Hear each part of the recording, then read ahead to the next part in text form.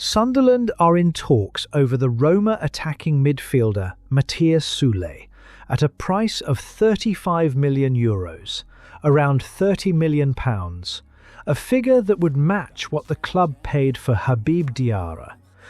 Neither Sunderland nor Fulham has opened negotiations with Roma at all, according to Tutto Sport, and that detail explains more about how this club operates than the fee does. Both are talking to the agent instead. That order is deliberate because agreeing terms with a player costs nothing and quietly removes the selling club's best card. A club that knows its target has already chosen somewhere else is negotiating a fee, not an auction, and this recruitment department has now won 2 races this summer by arriving as the place the player wanted to go rather than the place that bid highest. Europa League football is doing a lot of that work. It is a competition Soule has already played in 21 times, which matters less as a sales pitch than as evidence that the calendar will not be new to him. The discount, if one arrives, is not being negotiated by anyone at the Stadium of Light. Roma are reported to be weighing a sale to fund their own window while chasing a loan for Franco Mastantuono against competition from Fiorentina.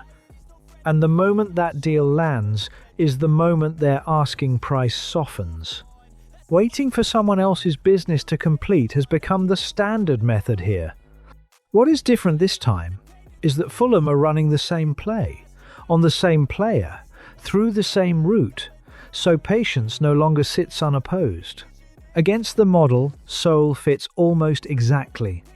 23 years old, 6 goals and 5 assists in Serie A, and a return well short of the 11 he managed on loan at Frosinone. That gap is the entire investment case. This club does not buy players at the top of their curve, it buys them at the point where the market has quietly marked them down. And the detail that he missed only 2 big chances all season is the sort of thing a data-led department weighs far more heavily than the goal tally a scout's eye would settle on.